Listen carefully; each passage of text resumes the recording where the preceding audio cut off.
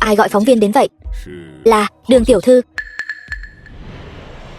Lục Tứ Diệp, tổng tài tập đoàn Đế Nghiệp.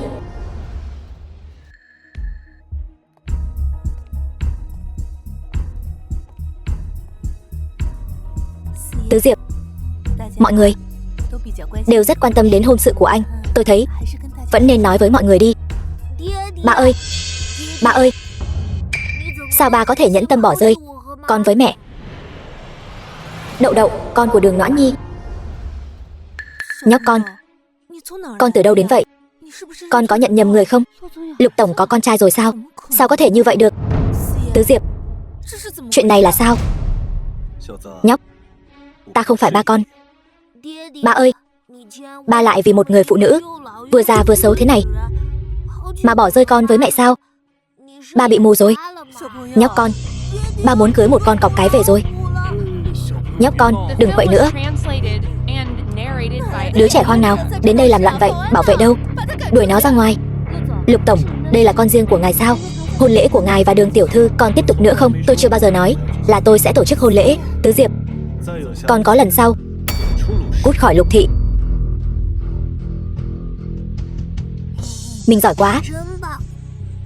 Nhìn cái gì mà nhìn, còn không cút đi.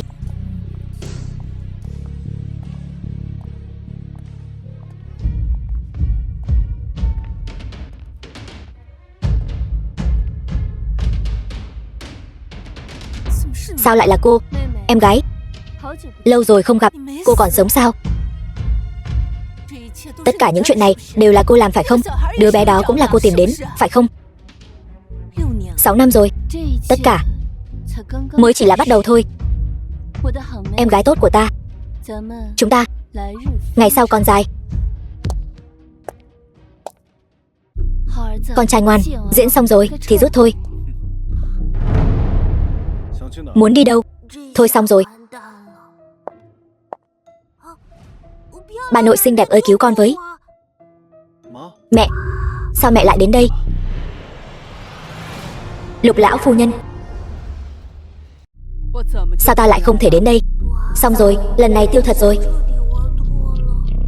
Đây là cháu đích tôn của ta sao? Sao lại giống cái thằng con bất hiếu hồi nhỏ như vậy? Bà nội xinh đẹp ơi, cứu mạng. Buông ra, đừng làm cháu đích tôn của ta bị thương. Xin lỗi bà nội xinh đẹp.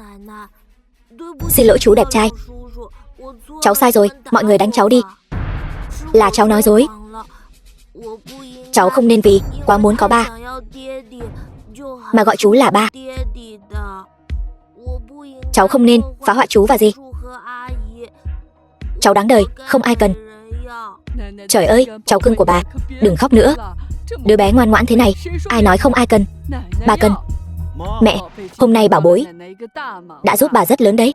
Bà không thể chịu nổi người đàn bà họ Đường kia, toàn mưu mô xảo quyệt.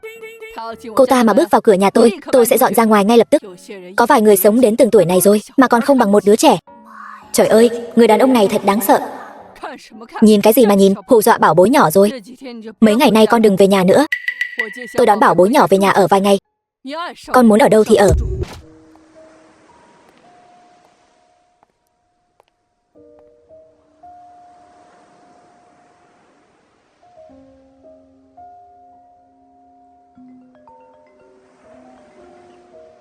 Mẹ, Đậu Đậu, con có gặp nguy hiểm không? Mẹ đón con nhé. Mẹ, đừng đến. Nhà bà nội Lục vui lắm mẹ ơi. Con tự ở 1-2 ngày nha. Đừng vội đến đón con. Tiện thể thăm dò tình hình địch giúp mẹ. Thôi được rồi, con cứ ở đấy nhé. Đúng rồi, mẹ dạy con kỹ năng sinh tồn còn nhớ không? Cái nào nhịn được thì nhịn, làm nũng giả vờ dễ thương. Tạm biệt mẹ. Đường Du Du, Quý Xuân Phục, ngày tháng tốt đẹp của mẹ con các người sắp đến hồi kết thúc rồi. Lục gia, cháu ngoan của chúng ta, đừng nhìn cái tên mặt lạnh đó nữa, nếu không tối nay chúng ta lại gặp ác mộng mất. Mẹ, con khuyên mẹ một câu, cháu nội của mẹ còn chưa ra đời đâu. Đồ bất hiếu mà còn dám nói mẹ không có cháu nội là lỗi của ai? Một đứa 30 tuổi đâu, đến giờ vẫn chưa có con, ngay cả con riêng cũng không có. Người ta nói con giữ mình trong sạch, Người không biết còn tưởng con. Bề ngoài đẹp đẽ, nhưng bên trong vô dụng. Bà nội Lục, bề ngoài đẹp đẽ, nhưng bên trong vô dụng là gì ạ? Là nhìn bề ngoài, thì ra dáng người. Nhưng mà chỗ nào đó không được. Mẹ. Thông tin này mẹ mà biết, chắc chắn sẽ rất vui. Bà đừng giận. Con trai bà vô dụng. Sau này con sẽ làm cháu trai cho bà. Bảo bối ngoan của ta. Bà nhìn thấy con là thấy lòng mềm nhũn ra rồi. Sao ta lại giận được chứ? Mẹ. Diễn hơi quá rồi đấy. Đồ bất hiếu. Cứ phải chọc tức ta mới được hả? Mẹ. Tim. Nằm bên trái. Cháu ngoan, lên lầu trước đi.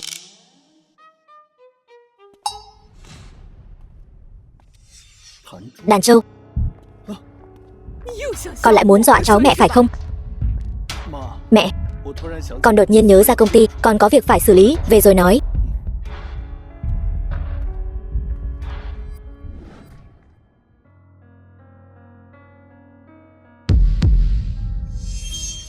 Cha của Đậu Đậu qua đời do tai nạn. Mẹ là giáo viên mầm non. Đậu Đậu sinh ngày 26 tháng 5. Không đúng. Nếu đúng là đêm hôm đó thì phải sinh vào tháng 8, lệch 3 tháng. Vẫn không đúng. Vậy tại sao chuỗi hạt đàn châu lại xuất hiện trên người Đậu Đậu? Mẹ ơi, con nói cho mẹ một bí mật nhé. Người cha giả đó không thể sinh con. Không nhận ra. Đẹp trai như vậy mà lại không được. Nếu đã như vậy,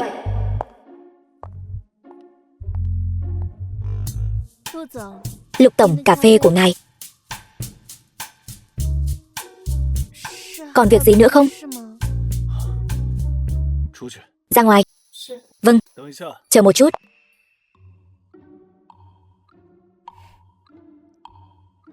Lục tổng còn gì dặn dò không? Ngày mai đi dự tiệc với tôi. Tôi. Ở đây còn có ai khác sao? Được. Đợi đã.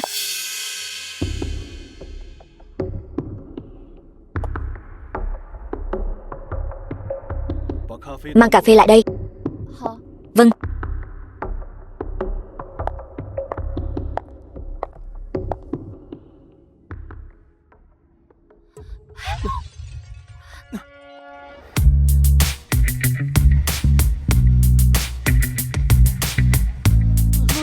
Lục tổng, anh muốn làm gì? Cô đoán xem. Xin lỗi Lục tổng. Đừng nghĩ nhiều. Đi dự tiệc với tôi. Làm sao có thể đi như vậy được? Trung tâm thương mại. Lục tổng, cái này được không? Thay đi.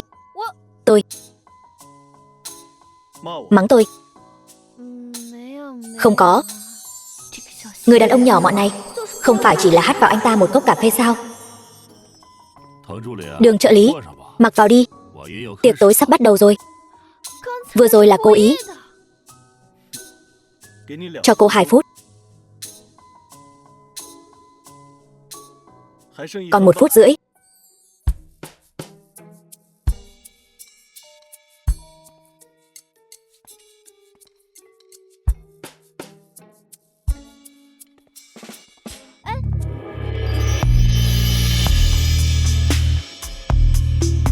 Tôi không ngại tự mình thay cho cô đâu. Anh ra ngoài đi.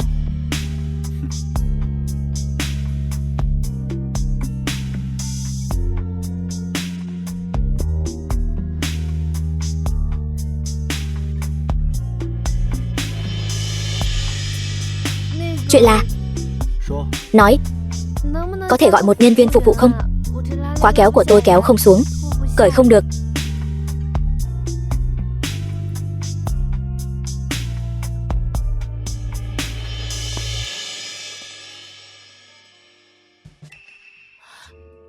Sao anh lại vào đây?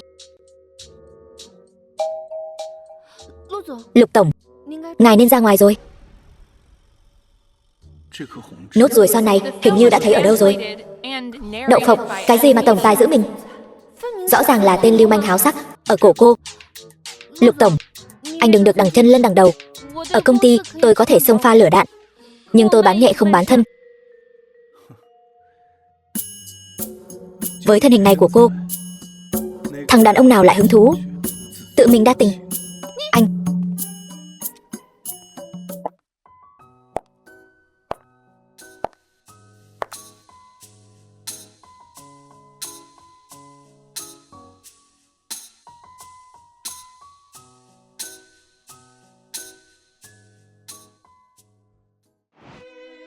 Sảnh yến tiệc. Lục tổng đến rồi. Người bên cạnh là ai vậy? Xinh đẹp quá. Chưa từng thấy. Đường Du Du không phải với tư cách bạn gái của Lục tổng sao? Chuyện gì thế này? Không biết. Nhưng cô gái này rõ ràng xinh đẹp và có khí chất hơn Đường Du Du. Nhỏ tiếng thôi. Cô ấy ở ngay đó. Tính khí cô ta vẫn còn nóng nảy lắm. Đường Noãn Nhi. Sao lại là con tiện nhân này nữa? Sao cô lại đến đây? Tôi bây giờ là trợ lý riêng của Lục tổng. Tháp tùng Lục tổng tham dự tiệc là nghĩa vụ của tôi. Trợ lý riêng? Tứ Diệp. Cô ta khi nào trở thành trợ lý riêng của anh? Khi nào tôi tuyển người còn phải được cô cho phép sao? Tôi không có ý đó. Tôi lo lắng anh bị cô ta lừa. Mục đích lần trước của cô ta không đơn thuần. Hơn nữa, bữa tiệc trước đó không phải tôi đi cùng anh sao? Tôi nhớ yến tiệc lần này của chúng tôi hình như không mời cô. Tứ Diệp, anh không thể đối xử với tôi như vậy. Đường tổng giám, mọi người đều đang nhìn kìa. Không cần cô giả vờ tốt bụng. Đừng tưởng tôi không biết cô đang nghĩ gì. Tôi nói cho cô biết. Cô cứ đợi đấy. Tôi, Đường Du Du. Lục tổng, đều là Du Du không hiểu chuyện. Tôi sẽ nói chuyện với nó, ngài cũng đừng để bụng.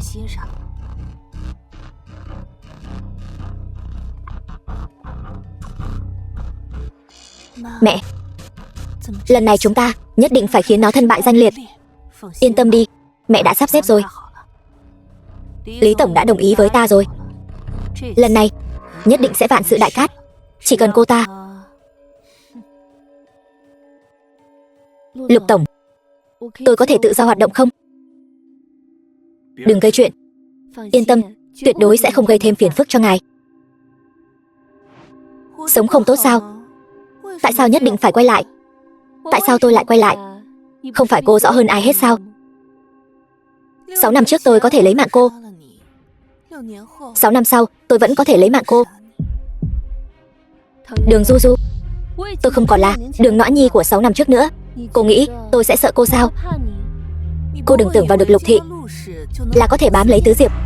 Tôi nói cho cô biết, tôi nhất định sẽ kết hôn với Tứ Diệp. Và tôi cũng nhất định sẽ trở thành thiếu phu nhân Lục thị. Vậy sao? Đừng tưởng tôi không biết. Đứa con hoang đó là do cô sinh ra đúng không? Cô nói xem, nếu ta đem chuyện 6 năm trước nói cho Tứ Diệp biết, hắn còn thèm nhìn cô một cái không? Cô cứ thử xem. Cô, thôi nào, đều là người một nhà cả, cần gì phải đánh đấm nhau chứ? Noãn Nhi, nếu cô đã quay về rồi, vậy thì về nhà ở đi. Uống ly rượu này đi. Chuyện trước kia chúng ta coi như xóa bỏ hết. Về nhà ở.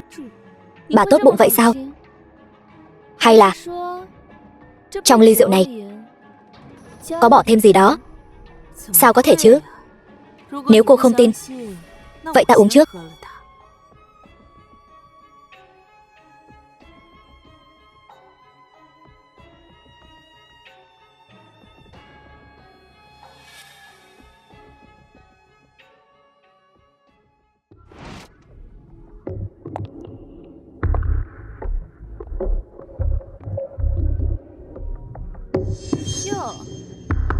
Đây chẳng phải là Đường Noãn Nhi sao?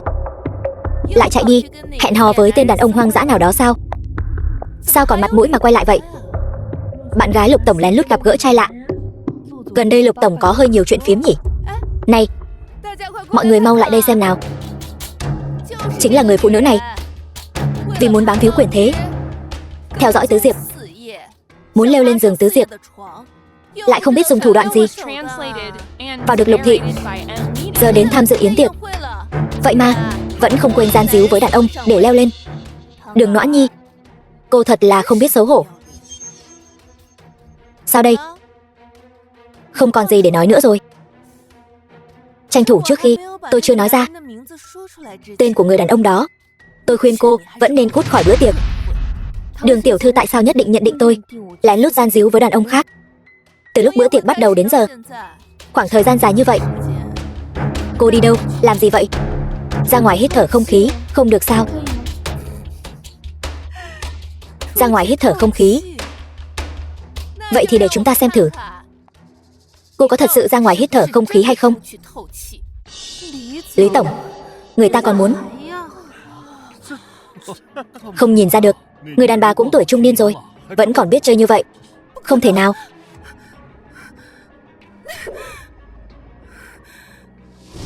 Phòng bao khách sạn, Lý tổng, sao anh lại say sớm như vậy? Anh xem đây là ai đây? Nhớ quá đi thôi. Vào trong đi, lại đây.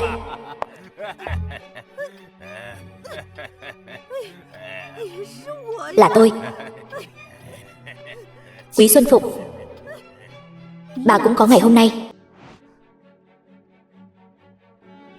Em gái, món quà này có thích không? Là cô. Phải, lần này là cô may mắn trốn thoát được. Lần sau có thể không chắc chắn đâu.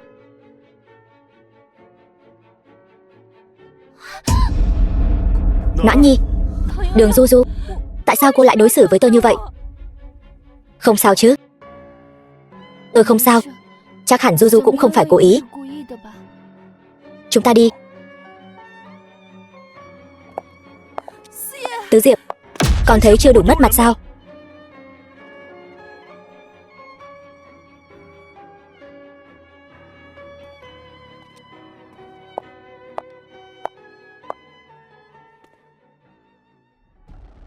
Là cô làm. Lục tổng nói gì?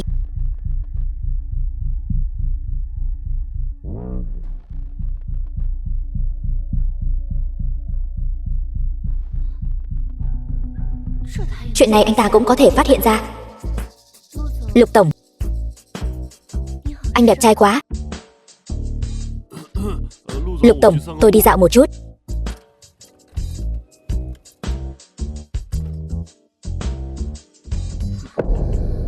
Đây là cô tự chuốc lấy.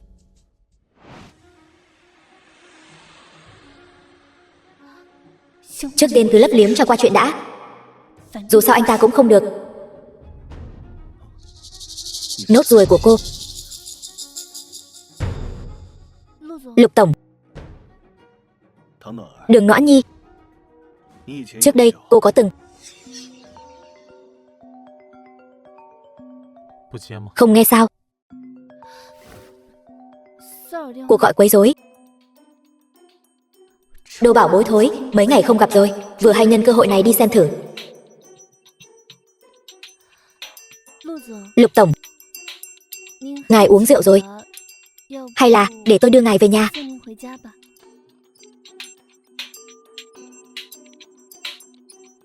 Đưa tôi về, hay là cô muốn về với tôi?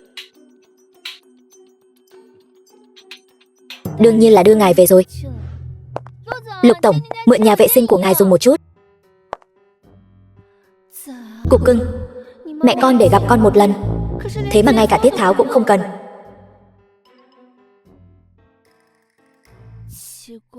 Kỳ lạ, vẫn còn sớm chán mà đã ngủ rồi. Sao không có chút tiếng động nào vậy? Bảo bối bình thường không phải rất hay làm ồn sao?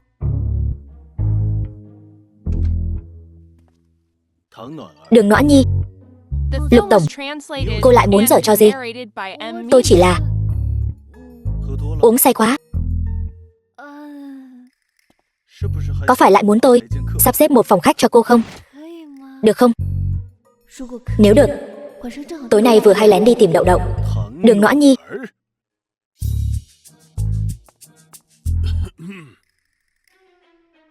Thiếu gia, ngài và vị tiểu thư này động tĩnh có thể nhỏ một chút không? Quản gia, tôi hiểu. Người trẻ mà, huyết khí phương cương cũng là chuyện thường. Chỉ là tiểu thiếu gia ngủ rồi, tôi sợ đánh thức cậu ấy. Đậu Đậu ngủ rồi, vậy mình đi thôi. Tối nay chơi lớn quá, Không chạy, tên này sẽ ám sát mình mất. Quản gia, ông sắp xếp một chút. Khoan, quản gia, Lục tổng say rồi. Ông dìu cậu ấy lên lầu nghỉ ngơi đi. Lục tổng ngủ ngon. Món quà này có thích không? Đường Noãn Nhi và Đường Du Du, chẳng lẽ trước đây đã quen biết?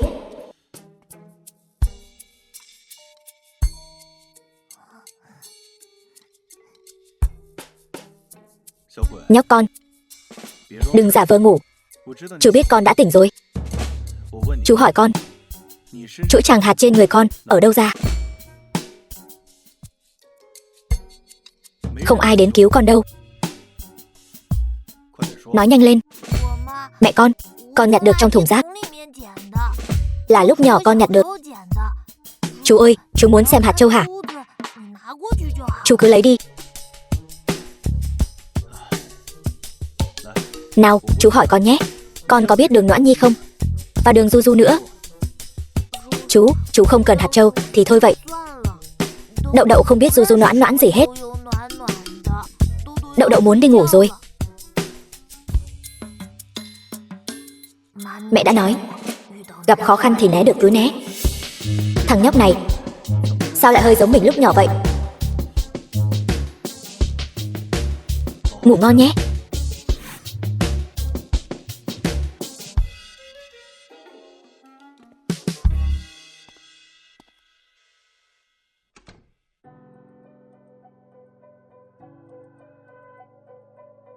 Điều tra xem ai giở trò quỷ trong bữa tiệc.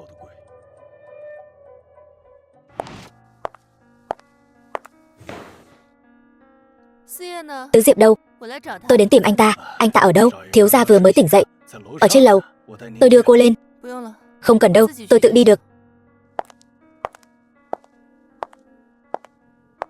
Tóc cứ đưa qua trước đi. Bao lâu thì có kết quả giám định? Muộn nhất là ngày kia. Tôi muốn biết tình hình. Tóc gì? Là của thằng con hoang đó. Không ổn rồi, Tứ Diệp định làm xét nghiệm ADN. Không được, không thể để anh ta biết sự thật. Xong đời rồi, lần này thiêu chắc rồi. Biết thế đã không nghe lén. Đậu Đậu, đau ở đâu? Bà thổi cho. Đường Du Du, tôi vẫn còn sống sờ sờ. Cô dám láo sự trong nhà tôi sao? Không phải, đều là hiểu lầm. Là nó hãm hại tôi. Chuyện gì vậy? Tứ Diệp, sao cô lại ở đây? Tôi vừa rồi có chút hiểu lầm. Tôi đang định giải thích với lão phu nhân. Không phải, nó đụng chúng tôi mới lỡ lời nói nặng. Kẻ xấu chẳng qua là giả vờ đáng thương thôi mà. Ai mà chẳng biết làm, nói nặng lời. Nhóc con, tất cả chỉ là hiểu lầm. Dì, chút nữa mua cho con siêu nhân. Thế nào, dì nói bậy. Hoàn toàn không phải hiểu lầm. Bà nội xinh đẹp. Là cô ta đang nghe lén chú nói chuyện. Bị cháu phát hiện, cho nên cô ta mới lấy mạng cháu diệt khẩu. Đường Du Du, không có sự cho phép của tôi. Ai cho cô lên đây? Tôi mới lên đây thôi. Còn chưa kịp nói. Đường Du Du, cô tưởng lão nương ta là đồ ngốc sao? 10 phút trước ta ở dưới lầu. Dì Vũ nói cô đã lên lầu rồi. Mới lên lầu, lừa ai vậy? Hiểu lầm. Cút, rời khỏi Lục gia. Nếu không ta sẽ bảo quản gia đuổi cô đi. Tứ Diệp, cô về trước đi. Đi đi. Đồ tạp chủng, đừng để rơi vào tay ta. Nếu không. Cửa tập đoàn đế nghiệp. Quý Xuân Phụng, Đường Noãn Nhi, con tiện nhân này dám hại ta. Bà đang nói gì vậy? Tối qua, sự nhiệt tình của Lý Tổng dành cho bà, mọi người đều thấy cả rồi. Bà phải cảm ơn ta mới đúng chứ.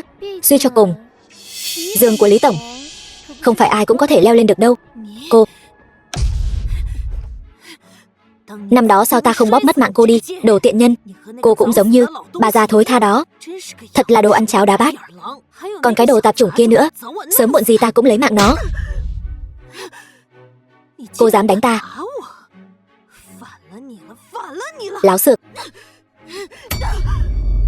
Quý Xuân Phụng, tôi cảnh cáo bà, nếu bà dám động đến Đậu Đậu, Tôi nhất định sẽ không tha cho bà. Còn cả bà nội của tôi nữa, cũng như Đường gia bị hai mẹ con các người dâng cho Lục thị. Món nợ này, nhớ kỹ, tôi sẽ từng chút một đòi lại.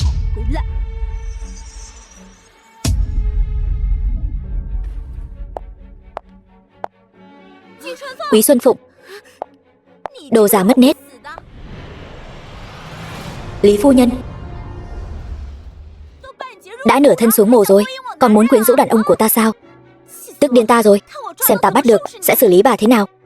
Ngươi là ai? Cô với con tiện nhân già kia có quan hệ gì? Cô có phải con gái bà ta không? Tôi là trợ lý của Lục tổng, không có quan hệ gì với quý phu nhân. Con gái bà ta là Đường tổng giám đốc, bây giờ chắc đang ở văn phòng. Cái gì mà Đường tổng giám đốc? Cả nhà đều là đồ không biết xấu hổ. Xem lão nương bắt được sẽ xử lý các người thế nào. Đường Du Du, xem lần này ngươi còn may mắn như vậy nữa không? Ồn ào cái gì? Còn muốn làm việc nữa không? Không muốn làm thì cút. Cút, tôi xem cô bảo ai cút. Lý phu nhân, văn phòng tổng giám, tôi chính là Lục phu nhân tương lai đấy. Thả tôi ra, có ai không?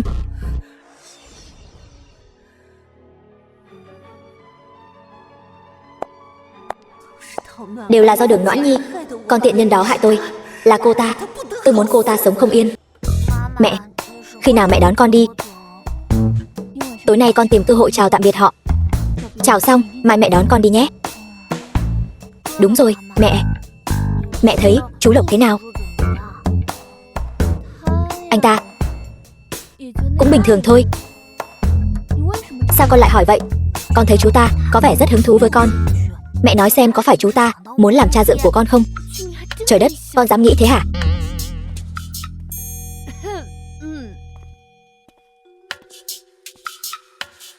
Tìm thấy đồ chưa? Tìm thấy rồi. Bị rơi xuống gầm ghế sofa. Vậy sao còn không đi? Định ở lại qua đêm sao? Chuyện là tạm biệt Lục tổng. Đậu đậu, tạm biệt nhé. Bé cưng của ta, sao con lại sắp xếp đồ đạc rồi? Chú Lục nói ngày mai đưa con về nhà. Thằng khốn nạn này, không có sự cho phép của tôi thì không ai được đưa con đi. Con không nỡ xa bà nội xinh đẹp. Nhưng con đi ra ngoài lâu quá rồi, mẹ cũng nhớ con lắm. Con vẫn nên về nhà ở thôi. Còn chưa biết chú Lục có cho con tới nữa không?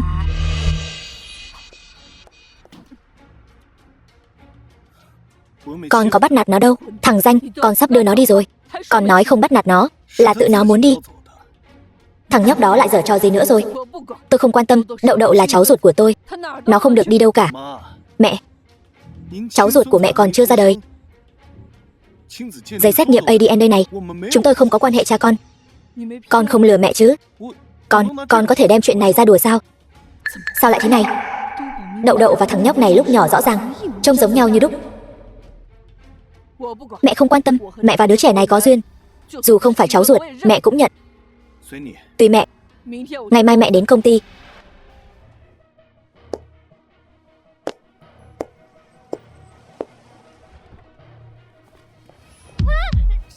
Là ai? Buông tôi ra. Lý tổng, ngài đây là có ý gì? Đường tiểu thư, tối hôm đó Quý Xuân Phụng đã lên giường của ta. Có phải cô giở trò quỷ không? Lý tổng, tôi không hiểu ngài đang nói gì. Đường tiểu thư, sao ta lại nhớ rất rõ ràng? Chính là cô đã đẩy bà ta vào phòng của ta. Nhưng mà không sao. Khuôn mặt nhỏ nhắn này thật non nớt. Lão nương đó làm việc không nên thân, hại việc thì giỏi, 2 lần đều không làm được, khiến lão tử mất mặt như vậy.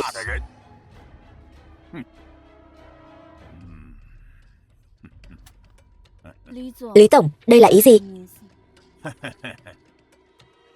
Cô ngủ với ta một đêm. Những thứ này đều là của cô.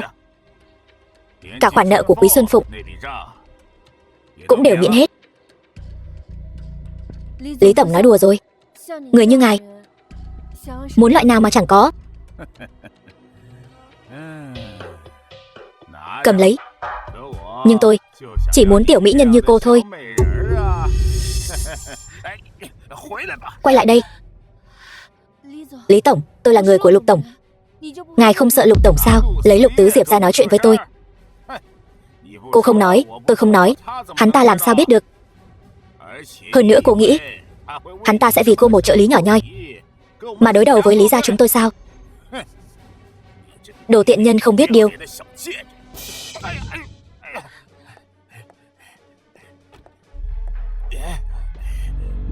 Con đàn bà thối tha, lại để cô chạy thoát rồi.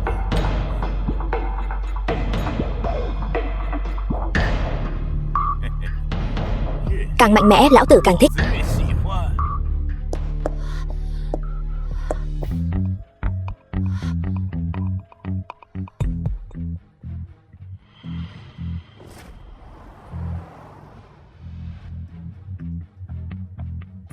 Đường Du Du. Lại là cô. Đồ tiện nhân đáng mất mạng, lại để cô ta chạy thoát một kiếp nạn. Đường Noãn Nhi, cô thật là may mắn.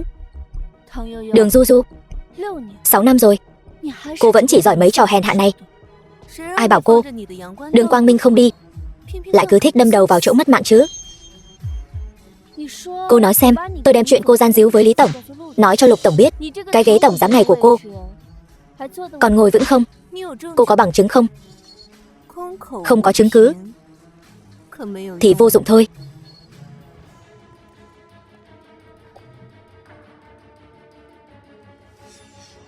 Đậu Đậu có ý gì? Muốn chống lưng cho tôi sao? Bà già này lại giở trò gì đây? Tại sao lại đem thằng nhóc này đến công ty? Tại sao Tứ Diệp lại dắt nó theo? Tứ Diệp, lão phu nhân, hai người sao lại đến đây? Tôi đến còn phải báo cáo với cô sao? Tôi đương nhiên không có ý đó. Thôi thang máy hết chỗ rồi, cô đợi chuyến sau đi. Lại đây. Vâng.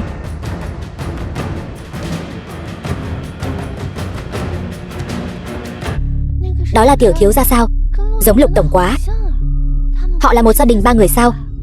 Nhỏ tiếng thôi. Đường tổng giám vẫn còn ở đó. Đường Noãn Nhi, cô phải mất mạng. Giới thiệu với mọi người một chút, Đậu Đậu là cháu trai mới nhận của tôi. Từ hôm nay trở đi, cổ phần đứng tên tôi, chia 3% cho nó.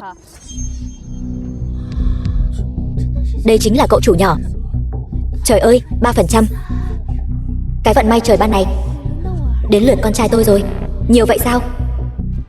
Tôi không đồng ý. 3% cổ phần của tập đoàn Lục Thị, lợi nhuận hàng năm lên đến hàng tỷ cơ mà.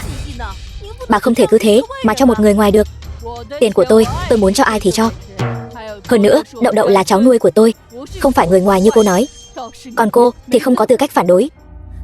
Tứ Diệp, lời lão phu nhân vừa nói chắc hẳn mọi người đã nghe rõ rồi.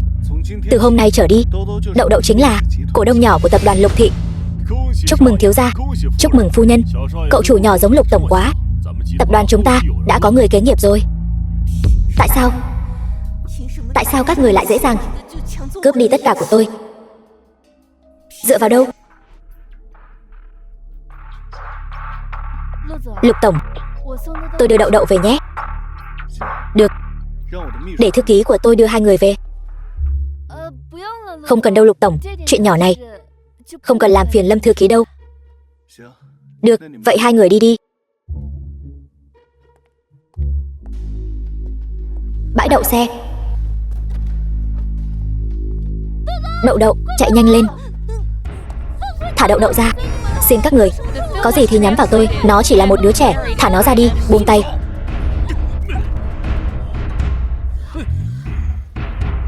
Đậu Đậu.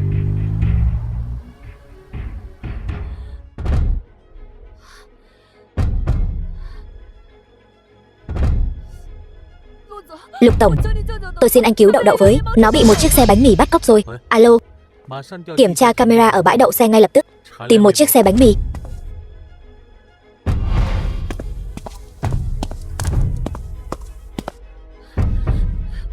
Lục Tổng, tôi xin anh cứu Đậu Đậu với. Đưa cô ấy đến bệnh viện ngay. Tôi không sao, cứu Đậu Đậu. Tôi xin anh cứu Đậu Đậu với. Lục Tổng, vị trí đã được gửi đến. Tìm thấy xe bánh mì rồi. Xuất phát ngay. Trách mày có một, bà mẹ không biết điều.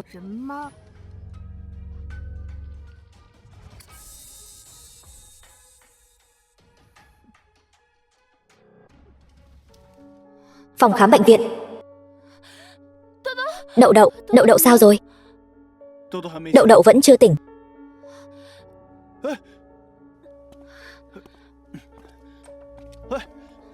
Noãn Nhi.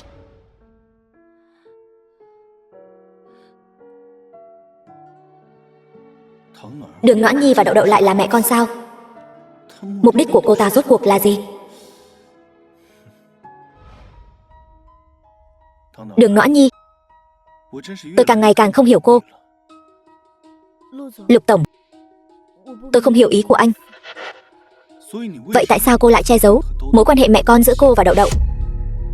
Lục tổng anh, Đường Du Du, Quý Xuân Phụng, Lý tổng, giờ lại thêm cô và Đậu Đậu.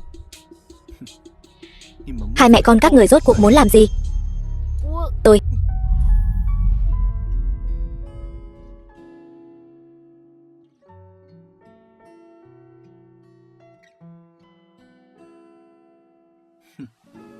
Tôi mặc kệ cô muốn làm gì.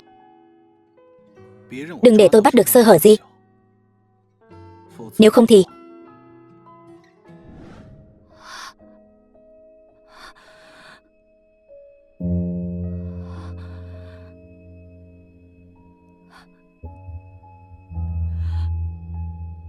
điều tra được chưa?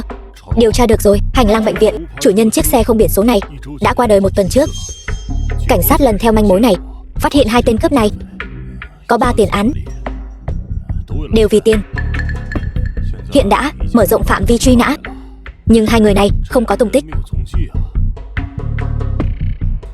Không dựa vào người khác sao? Không chắc.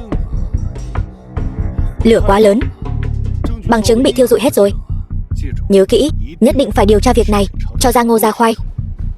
Được.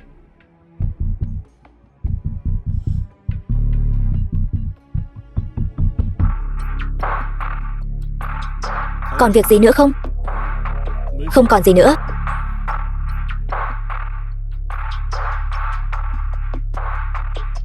Chuyện là lão phu nhân dặn dò bảo cậu đưa tiểu thiếu gia và Đường tiểu thư về nhà ở 2 ngày. Thứ nhất, lão phu nhân muốn đích thân chăm sóc tiểu thiếu gia. Thứ hai, bà ấy muốn trực tiếp cảm ơn Đường tiểu thư. Còn nói nếu không đưa người về được thì cậu cũng đừng về nữa. Được, tôi biết rồi. Alo. Cái gì? Bị cứu đi rồi.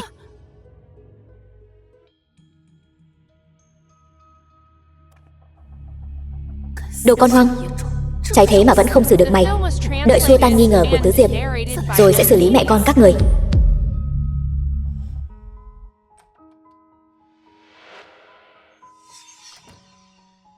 Du Du, sao cô lại ở đây?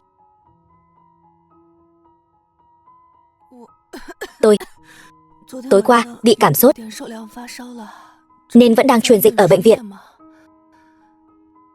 Tôi nghe bác sĩ nói tay anh bị bỏng. Không sao chứ? Tôi không sao. Đậu Đậu ngủ rồi. Sao lại xảy ra chuyện này? Ai làm vậy? Có tin tức gì chưa? Vẫn đang điều tra. Cô về nghỉ ngơi trước đi.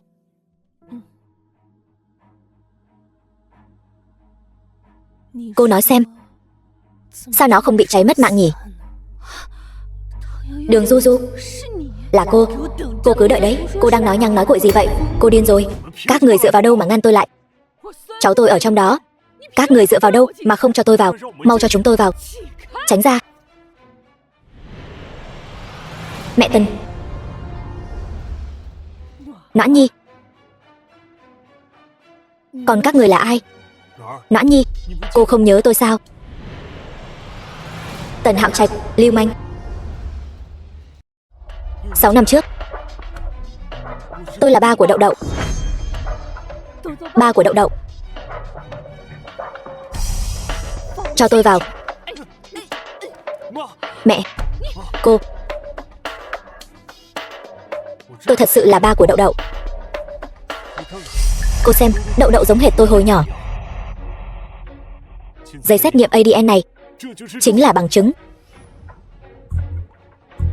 Không thể nào. Sao lại không thể?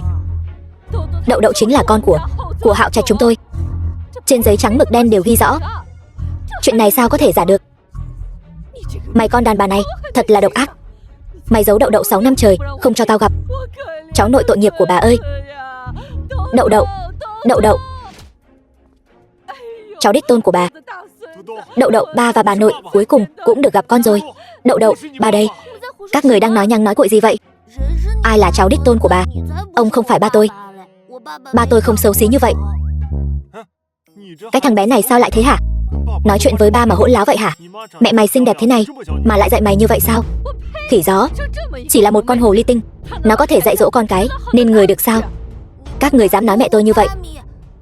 Các người là cái thứ đồ bỏ đi gì vậy? Mụ già xấu xí này, cút về nơi bà đến đi. Chờ chú tôi đến sẽ quăng các người ra ngoài. Thằng bé này, mày thật không biết điều. Buông ra.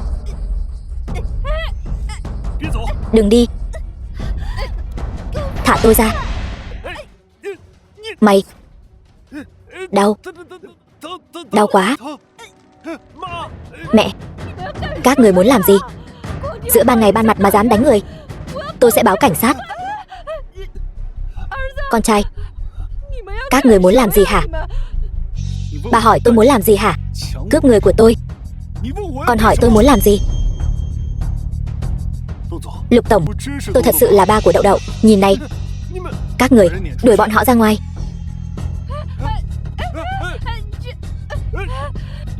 Có chuyện gì vậy Lục tổng? Đưa Đậu Đậu đi. Vâng.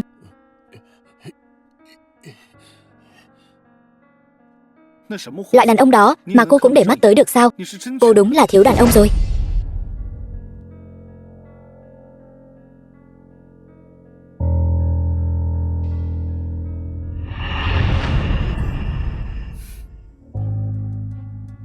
Đường Du Du, quả nhiên là cô giở trò. Sao rồi, Lục Tứ Diệp nghi ngờ con chưa?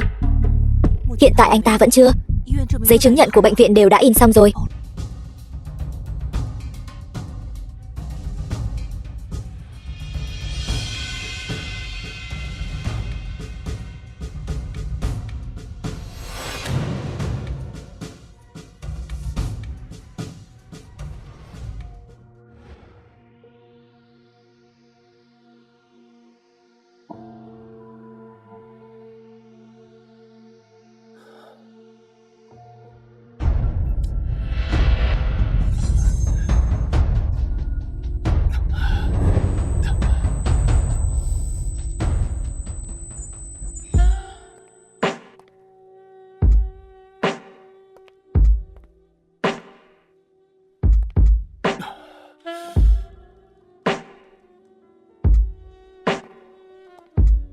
Lục tổng, đây là bản kế hoạch của Tây Thành, mời ngài xem qua. Để đó đi.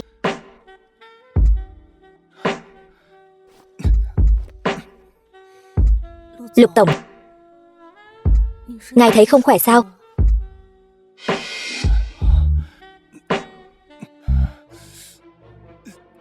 Ra ngoài. Ra ngoài.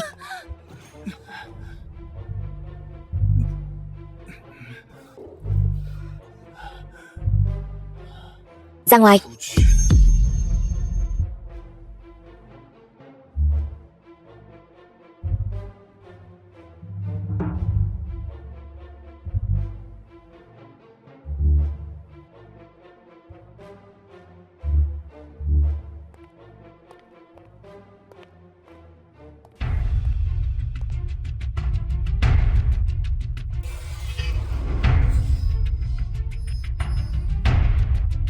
Thuốc có tác dụng nhanh vậy sao? Tứ Diệp, anh có thể chịu đựng được bao lâu? Mẹ ơi, khi nào chúng ta đi chơi?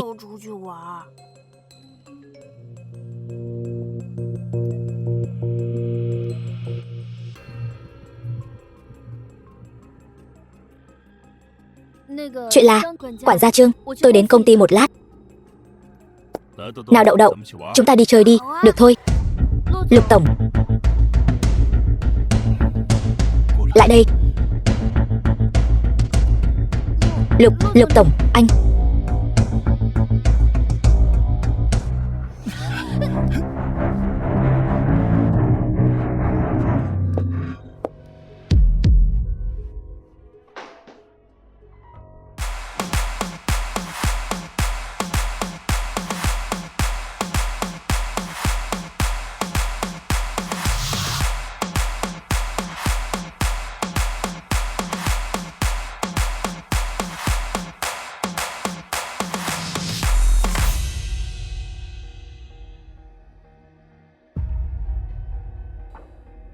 Người đẹp. Tiêu Dịch, bạn thân Đường Noãn Nhi. Một mình. Anh tránh ra. Quán bar này là của tôi. Liên quan gì đến tôi? Tầm nhìn của cô quá hạn hẹp. Tầm nhìn hạn hẹp quá.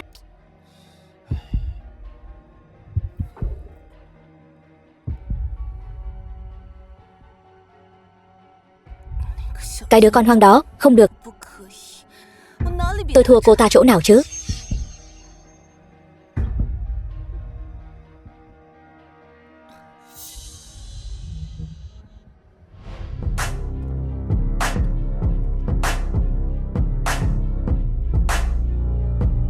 Thằng họ Lục làm hỏng việc làm ăn của tôi, khiến tôi không thể làm người.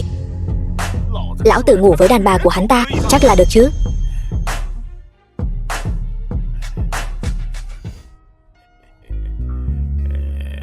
Tứ Diệp.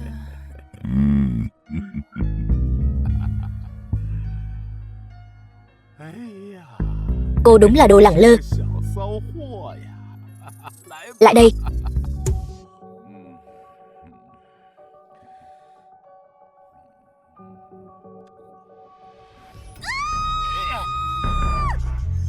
Ồn ào cái gì? Đồ lẳng lơ. Ông mới ngủ được một giấc ngon. Đàn bà của Lục Tứ Diệp này thật là tuyệt. Quay lại. Hay là làm thêm lần nữa?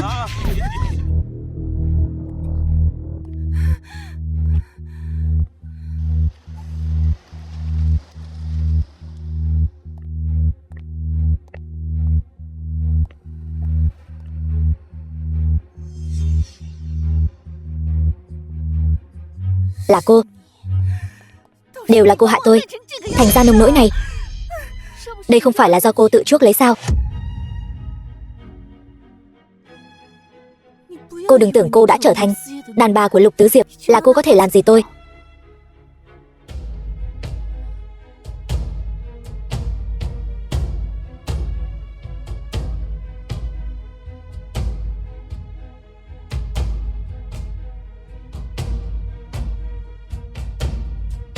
Lục tổng tối nay có thể sẽ bị sốt, phiền Đường trợ lý giúp chăm sóc một đêm.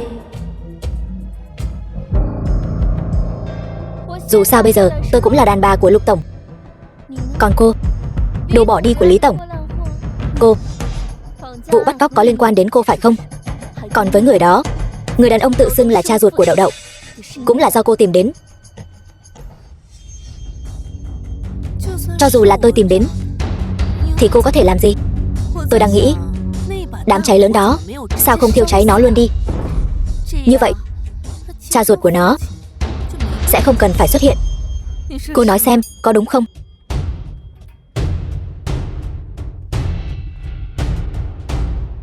Chị gái yêu quý của tôi ơi. Chị gái. Chị gái. Tôi không có đứa em nào như cô. 6 năm trước cô bức tử bà nội, truy cùng diệt tận tôi. 6 năm sau còn muốn hại Đậu Đậu của tôi. Đường Du Du, tôi tuyệt đối sẽ không tha cho cô.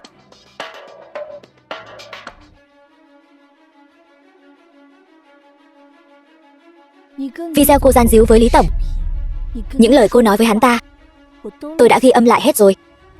Đường Du Du, chúng ta cứ chờ xem.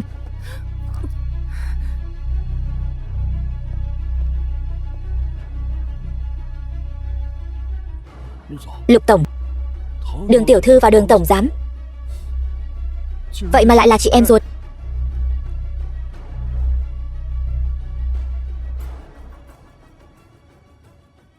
Lục tổng, ngài không thể xuống giường nữa. Tuy dược tính đã hết, nhưng ngài vẫn nên nghỉ ngơi cho khỏe. Được, tôi biết rồi. Nghỉ ngơi cho khỏe là không thể nào. Vừa tỉnh dậy đã nhận được tin bọn bắt cóc bị bắt. Vội vàng chạy xuống là vì muốn báo cho Đường tiểu thư ngay lập tức. Ai ngờ lại nghe được nội dung động trời như vậy. Ngoài ra, cái thuốc đó được bỏ vào đồ ăn thức uống của ngài. Vì vậy hướng điều tra của ngài có thể tập trung vào khía cạnh này. Được, đi đi.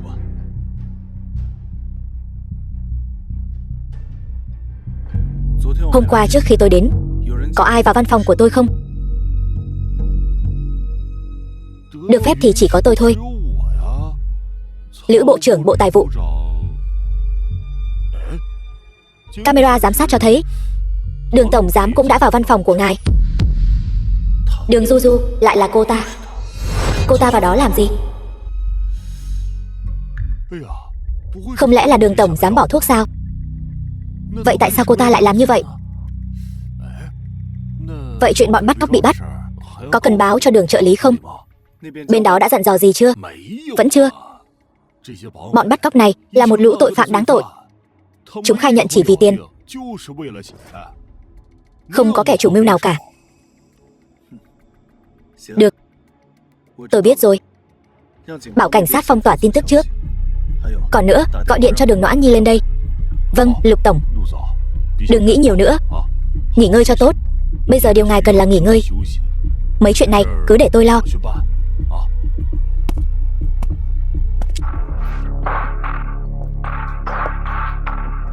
Lục tổng, ngài tìm tôi.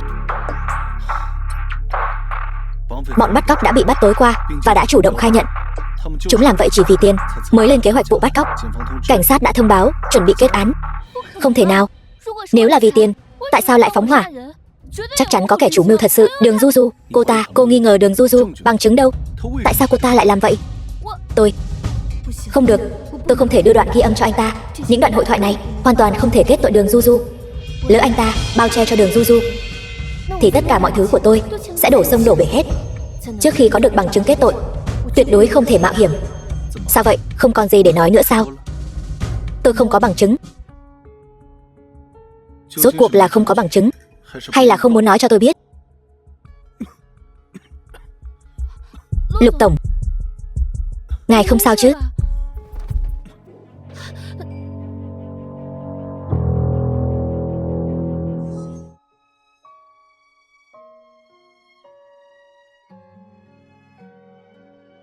Đường Noãn Nhi, về chuyện tối qua, cô không có gì muốn nói với tôi sao? Tối qua chúng ta không có chuyện gì xảy ra cả. Vậy nên cô thấy rất may mắn. May mắn? Lục tổng nghĩ rằng tôi không nên đánh ngất ngài sao? Cô nghi ngờ Đường Du Du nhưng không có chứng cứ. Vậy lý do là gì? Nếu ngài thật lòng muốn điều tra, với thủ đoạn của ngài sẽ biết được sự thật. Vậy nên cô không chịu nói cho tôi biết phải không? Tôi nói rồi, ngài sẽ tin sao? Ra ngoài. Vậy là anh chưa từng nghi ngờ Đường Du Du, phải không? Vậy nếu tôi nói kẻ hạ dược ngài tối qua là cô ta, sao cô biết?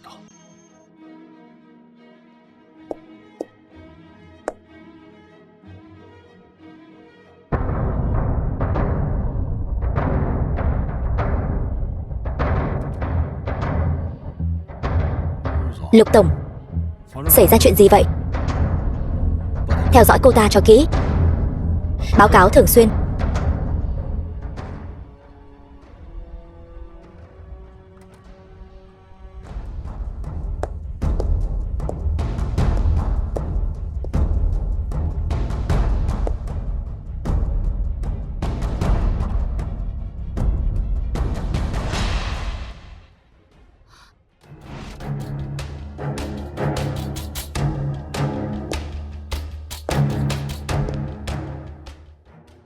Đáng ghét.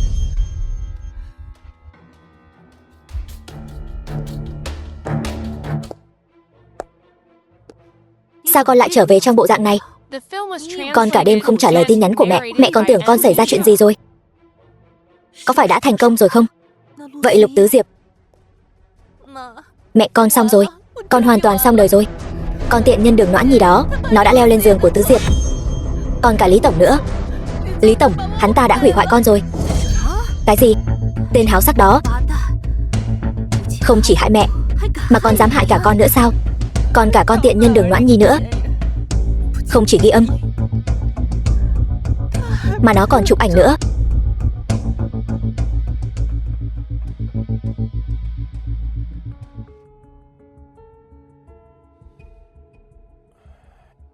Đường trợ lý, hình như cô ta đi thẳng về đường ra rồi.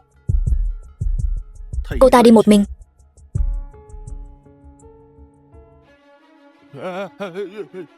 Không phải chứ? Cái này.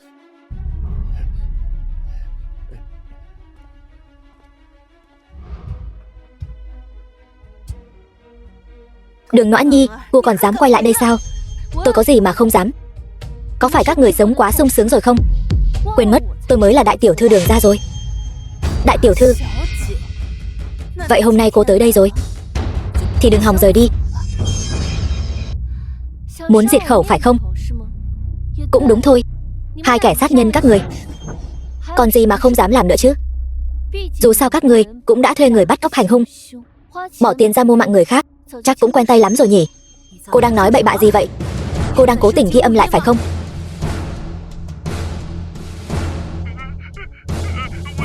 Tôi khai hết.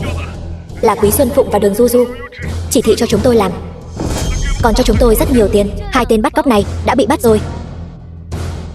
Cô đoán xem bọn chúng còn bao lâu nữa mới khai ra các người?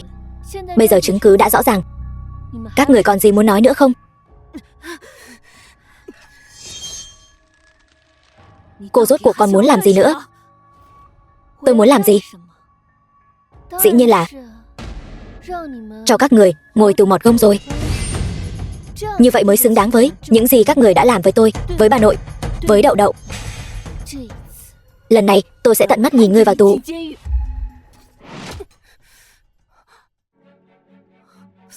Tứ Diệp, sao anh lại tới đây? Các người điên rồi. Dám lấy mạng người. Không, tôi không làm. Là cô ta tự lao vào. Là cô ta sắp đặt. Tất cả đều là do cô ta sắp đặt. Nhưng con dao lại nằm trong tay các người. Còn nữa, nói tôi hãm hại Hạ Dược Lục tổng cũng là do tôi sắp đặt sao? Tôi không có. Thuốc đó là cô lấy từ Lý tổng sao? Còn cần tôi nói chi tiết hơn nữa không? Cô nói bậy, Lý tổng. Tứ Diệp, nghe tôi giải thích. Tôi làm tất cả đều vì anh. Tôi chỉ là quá yêu anh thôi. Anh đã nói sẽ cưới tôi. Tôi làm tất cả những điều này đều vì anh. Đường Du Du, cô làm tôi thấy ghê tởm. Ghê tởm? Tôi ghê tởm? Cô ta thì không ghê tởm sao? Cô ta mang theo một đứa con hoang. Anh trói buộc cô ta bên mình. Anh mưu đồ gì? Nếu không có sự xuất hiện của cô ta, tôi đã sớm trở thành Lục phu nhân rồi. Chỉ vì điều này, cô hết lần này đến lần khác muốn lấy mạng cô ấy. Chỉ cần cô ta biến mất, cũng chỉ có cô ta biến mất, chúng ta mới có thể kết hôn. Không, Du Du, không có. Nó chưa bao giờ làm những chuyện này. Bây giờ nói những điều này đã muộn rồi. Quý Xuân Phụng, Đường Du Du, hai người bị tình nghi liên quan đến vụ án bắt cóc tiểu thiếu gia Lục thị, vụ án mưu hại ở bệnh viện 6 năm trước, cũng như tội cố ý lấy mạng người. Này bắt giữ hai người, đưa đi. Đi.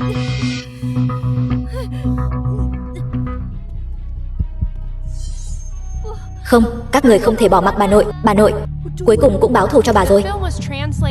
Cô cố ý đến Đường ra, kích động họ ra tay, chính là để vu khống họ cố ý lấy mạng người. Vu khống? Sao lại gọi là vu khống chứ? Cô lấy mạng mình ra đánh cược. Nhỡ cô ta lỡ tay thì sao? Dù có phải lấy mạng tôi cũng phải khiến họ phải trả giá. Hơn nữa tôi đã tính toán kỹ rồi, cảnh sát sẽ đến kịp thời. Anh không nên đến đây.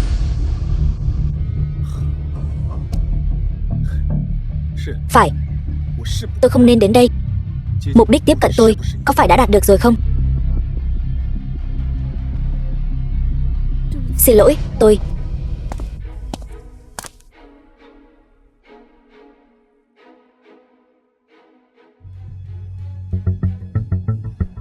Lục tổng hỏng rồi. Quý Xuân Phụng ở trong tù, đột nhiên tự hại, phát điên rồi. Bà ta một mực khẳng định mọi chuyện đều do một mình bà ta làm. Đường Du Du còn chưa biết. Bà ta còn nói bọn bắt cóc và vụ án mạng 6 năm trước đều do một mình bà ta liên hệ. Đường Du Du hoàn toàn không hay biết. Không hay biết. Cảnh sát hiện đang điều tra. Nhưng nếu không đủ bằng chứng, Đường Du Du rất có thể sẽ sớm được thả ra. Thật là không hay biết gì cả. Quả là tình mẫu tử sâu đậm. Tôi nên nghĩ đến điều này sớm hơn. Đường Du Du nhận hối lộ nội bộ công ty. Dưới tên cô ta có 3 triệu tiền hối lộ. Số còn lại đều dưới tên Quý Xuân Phụng và một vài giám đốc. Được. Giao bằng chứng cho cảnh sát. Không vấn đề, tôi đi làm ngay.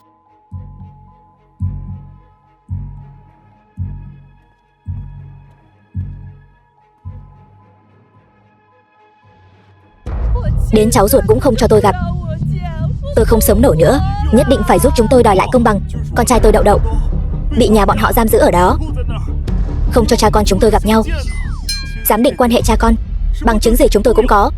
Lúc đó chúng tôi đến bệnh viện. Lục tổng của bọn họ cậy thế hiếp người, tìm vệ sĩ đánh hai mẹ con chúng tôi ra ngoài. Anh xem chân mẹ tôi này, bây giờ đi lại vẫn còn khó khăn. Anh nói bà cụ này khóc, khóc đến nỗi sắp mù mắt rồi. Các bạn phóng viên nhất định phải đòi lại công bằng cho chúng tôi. Chính là nhà hắn, chính là nhà hắn. Lục phu nhân, mời bà ra giải thích một chút được không? Đúng, là bà ta. Vừa rồi ai bảo tôi ra giải thích? Không phải tôi ra rồi sao? Bảo tôi giải thích cái gì? Đây là ăn mày nhà nào? Đến Lục gia tôi xin ăn. Cô Mẹ, chỉ thêm một lần nữa, lấy tay bà ta cho tôi. Lục phu nhân, bà làm gì vậy? Chúng tôi chỉ muốn nhận lại con trai. Nhận con trai? Ai là con trai anh? Có mặt mũi lớn vậy sao? Đến Lục gia tôi nhận con trai. Còn phóng viên? Báo Tiên gia là phóng viên của báo nào? Tôi muốn xem thử các người dám đưa tin về Lục gia tôi. Vừa rồi cô là to nhất. Cô nói xem, là phóng viên nhà nào? Lục gia các người ỷ thế hiếp người. Ai dám thừa nhận chứ? Ỷ thế hiếp người. Chỉ với mấy tên tép diêu các người mà cũng xứng sao? Vẫn chưa nói ai sai khiến các người đến, nhận bao nhiêu tiền, liều lĩnh đắc tội với Lục gia chúng tôi. Người đâu? Báo cảnh sát. Đậu Đậu tuyệt đối sẽ không rời đi. Các người hãy bỏ cái ý nghĩ đó đi. Hơn nữa, các người căn bản không phải là cha và bà nội của nó. Quý Xuân Phụng và Đường Du Du đã bị bắt rồi. Các người không nhận được tin tức sao? Cô chỉ là một con hồ ly tinh. Tôi chính là bà nội của Đậu Đậu. Noãn Nhi.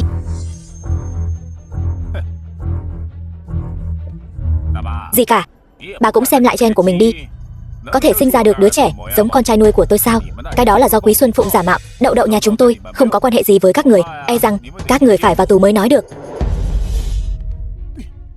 Về đồn cảnh sát với chúng tôi. Mẹ, con trai, cha nuôi, con trai cưng, có nhớ ta không? Nhớ. Ta cũng nhớ con. Không giống mẹ con, đồ vong ân bội nghĩa. Có việc mới nhớ đến ta, không có việc thì chẳng thèm để ý đến ta. Lần này may nhờ có anh. Không ngờ anh hành động nhanh như vậy. Cô tìm tôi dám chậm trễ sao? Chỉ là lần này Đường Du Du được lợi rồi. Vậy mà để cô ta thoát được một kiếp nạn, là tôi đánh giá thấp cô ta rồi. Không sao, sớm muộn gì cũng xảy ra, không phải chỉ là vấn đề thời gian sao?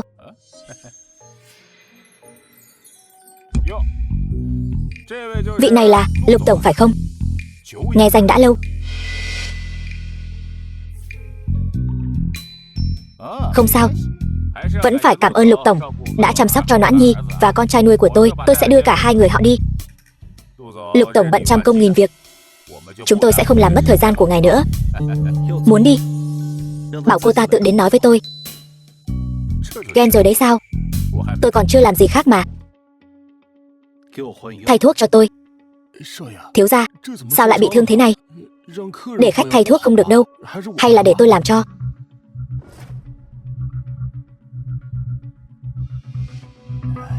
Thiếu gia, ngài đừng vội, tôi đi gọi Đường tiểu thư ngay.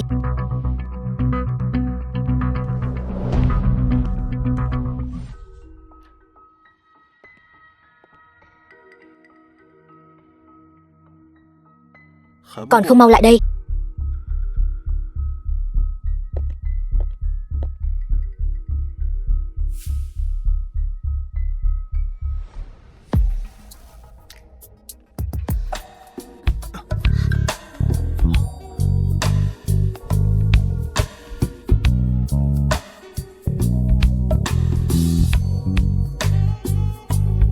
Sao? Mục đích đã đạt được. Còn muốn leo lên giường tôi sao? Tôi không có. Lợi dụng xong rồi muốn chạy. Đường Noãn Nhi, lợi lộc trên đời này không thể để cô một mình hưởng hết được. Anh muốn thế nào? Giữa ban ngày ban mặt thế này, sao không biết đóng cửa lại hả?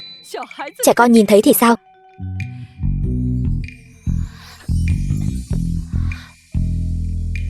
Lục tổng, xin lỗi, tất cả đều là lỗi của tôi. Sẽ không có lần sau nữa. Tôi và Đậu Đậu sẽ rời đi ngay. Xem ra là đã tìm được chỗ dựa tốt hơn rồi. Tiêu Dịch này, hắn ta vẫn luôn ở phía sau giúp cô điều tra mọi chuyện phải không? Cha nuôi của Đậu Đậu.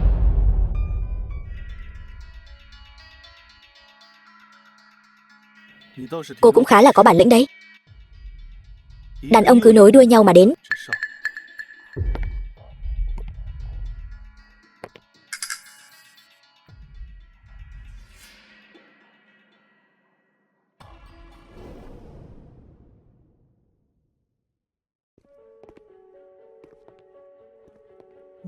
Đến xem trò cười của tôi sao? Quý Xuân Phụng, 6 năm qua, bà có từng nghĩ sẽ có ngày hôm nay không? Bà tưởng rằng bà gánh hết trách nhiệm lên người mình. Đường Du Du sẽ bình an vô sự sao? Cô còn muốn làm gì nữa? Mọi chuyện đều do tôi làm. Không liên quan gì đến cô ấy. Có gì thì cứ nhắm vào tôi. Vậy sao? Chẳng lẽ 6 năm trước không phải Đường Du Du mạo danh tôi trở thành người đàn bà của Lục Tứ Diệp sao?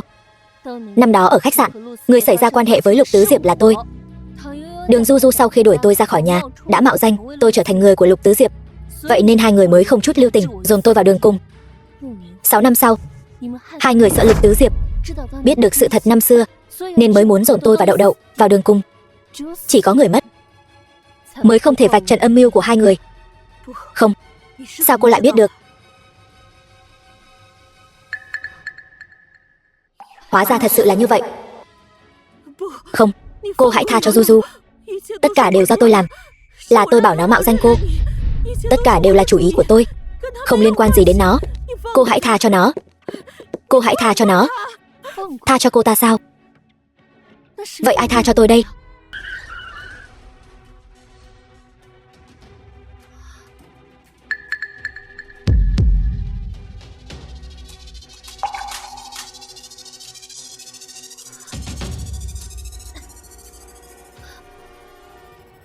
Lục Tứ Diệp, đi thôi.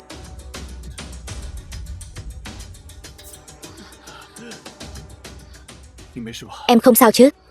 Đậu Đậu đâu? Lục thúc thúc, đừng sợ. Ba, thúc thúc đây.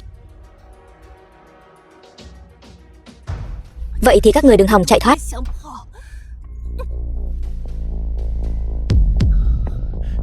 Con điên này sắp nổ tung rồi.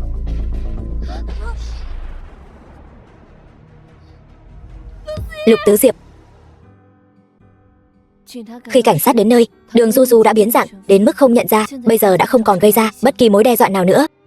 Ngoài ra cảnh sát còn nói, người đón cô ta ra tù là Lý Tổng.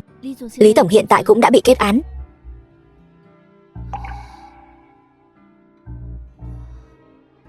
Khi nào anh mới tỉnh lại?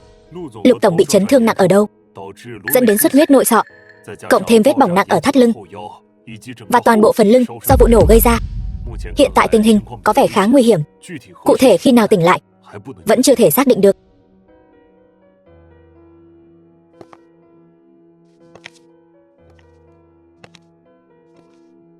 Đã xảy ra chuyện gì vậy?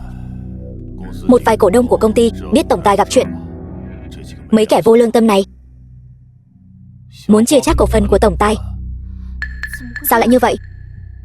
Bây giờ phải làm sao? Chắc là không có chuyện gì đâu. Lão phu nhân đã đến rồi. Nhưng tôi luôn cảm thấy tình hình không ổn. Phu nhân nói với tôi, bảo tôi đưa tiểu thiếu gia đến đó. Cô thấy sao, Đậu Đậu? Nhưng nó không phải người nhà họ Lục.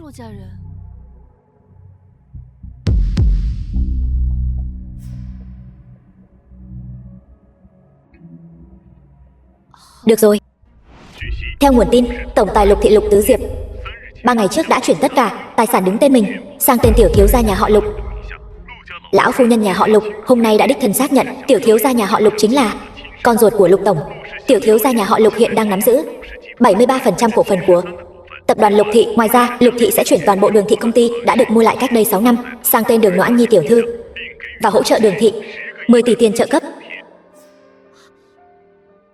Anh tỉnh rồi. Anh biết Đậu Đậu là con trai của anh. Tại sao anh lại làm như vậy? Bây giờ cả Lục thị lẫn Đường thị đều không phải của anh nữa. Đây là những gì tôi nợ hai mẹ con em. Lão phu nhân biết ngài đã tỉnh, rất vui, đã đưa tiểu thiếu gia đi du lịch nước ngoài rồi. Lão phu nhân còn nói quản gia được nghỉ phép nên muốn nhờ Đường tiểu thư chăm sóc Lục tổng vài ngày. Dù sao Lục tổng bị thương cũng là vì cô. Tiểu thiếu gia cũng đã nói rồi, về phía công ty cậu ấy sẽ không ra mặt. Vậy nên Lục tổng, ngài phải dưỡng thương cho tốt đấy. Noãn Nhi, lời con trai tôi nói tôi tất nhiên phải nghe. Con trai anh.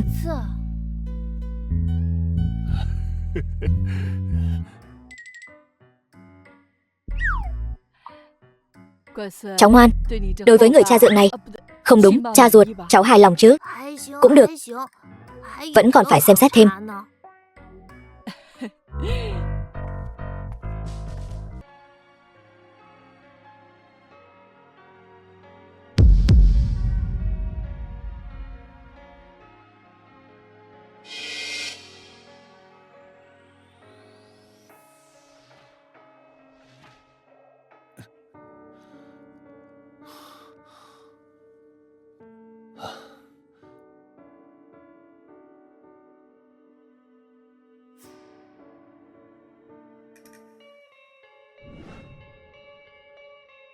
Anh vẫn chưa khỏi hẳn. Anh muốn thế nào? Dĩ nhiên là làm chút chuyện người lớn nên làm rồi. Anh đừng làm vậy.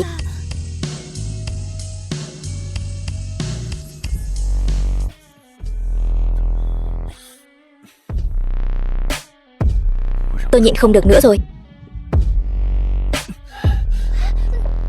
Anh còn bị thương ở eo đấy. Tối nay em thử xem, chẳng phải sẽ biết sao. Mẹ con về rồi. Xuống lầu chơi với bà đi. Ba mẹ bây giờ không rảnh. Đi đi. Củi khô lửa bốc, cuối cùng cũng cháy rồi. Quản gia, mau hầm ba cho cậu chủ, bồi bổ đi.